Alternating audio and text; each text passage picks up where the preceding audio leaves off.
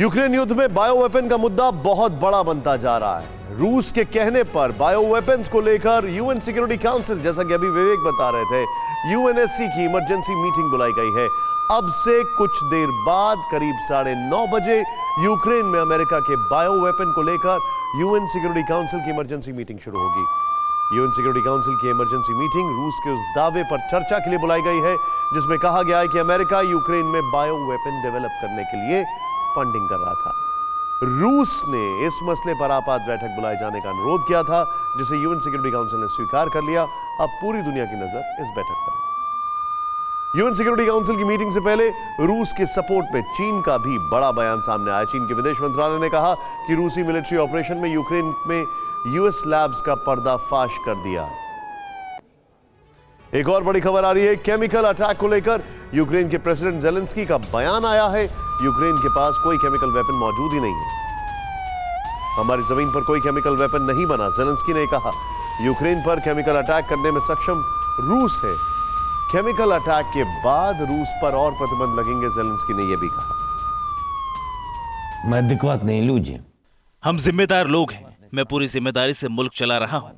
मैं 2 बच्चों का पिता हूं। कोई भी केमिकल या फिर दूसरा वेपन ऑफ मास डिस्ट्रक्शन हमारी जमीन पर नहीं बना। पूरी दुनिया ये बात जानती है। लेकिन अगर आपने कुछ ऐसा किया तो फिर आपके खिलाफ गंभीर प्रतिबंध लगाए जाएंगे। Это знаете.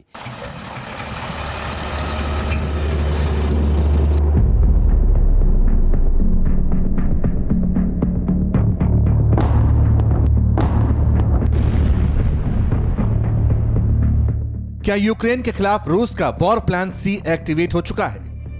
क्या यूक्रेन के खिलाफ रूस केमिकल वॉरफेयर छेड़ने वाला है? क्या एक झटके में हजारों जिंदगियां खत्म होने वाली हैं? ये वो सवाल हैं जिन्हें अब दुनिया का कोई भी मुल्क इग्नोर नहीं कर सकता, क्योंकि अब बात नॉन कन्वेंशनल वॉरफेयर की तरफ बढ़ चुकी है।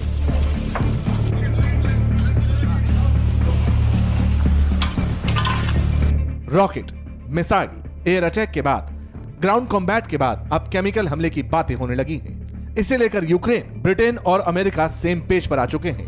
ब्रिटेन के प्राइम मिनिस्टर बोरिस जॉनसन ने ऑन रिकॉर्ड कहा है कि अब रूस कीव पर कब्जे के इरादे से यूक्रेन पर फुल एंड फाइनल असॉल्ट के लिए केमिकल वेपन डिप्लॉय कर सकता है। बोरिस जॉनसन ने कहा कि यह रूस की वॉर स्ट्रैटेजी का बड़ा हिस्सा है। ब्रिटेन के पीएम ने आरोप लगाया कि रूस यूक्रेन पर नॉन कन्वेंशनल वेपन के इस्तेमाल का आरोप लगाएगा और फिर इस फेक स्टोरी को जस्टिफाई करने के लिए केमिकल हमला करेगा।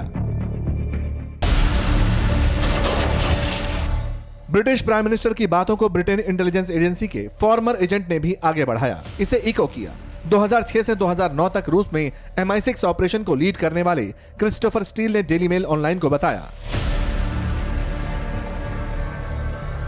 जिस तरह यूक्रेन के काउंटर ऑपरेशन में रूस का नुकसान हो रहा है, इससे रूस की लीडरशिप और ज्यादा बेचैन हो रही है। इसकी वजह से बारूदी हमले तेज होंगे, लाशें बिछाई जाएंगी और फिर रूस केमिकल वेपन से अटैक भी कर सकता है।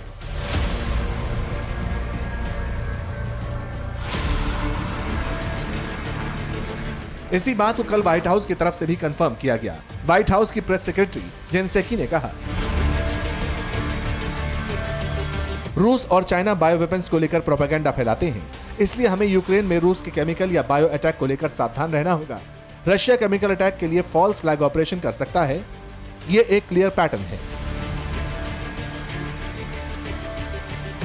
ब्रिटेन और अमेरिका की बातें सुनकर ऐसा लगता है कि अब वो रूस को एक नॉन कन्वेंशनल वॉरफेयर के इशू पर घेरने वाले हैं।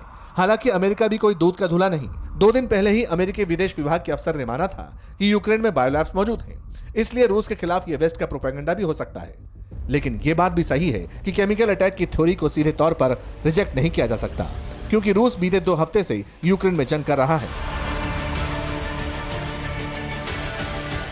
लेकिन उसे सिर्फ 1-2 शहर को छोड़कर कुछ हासिल नहीं हुआ।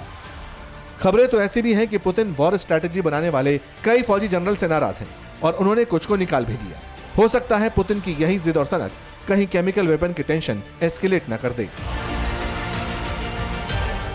न्यूज़ टॉप 9 रोज सुबह 7 बजे और शाम 7 बजे सिर्फ TV9 भारतवर्ष पर।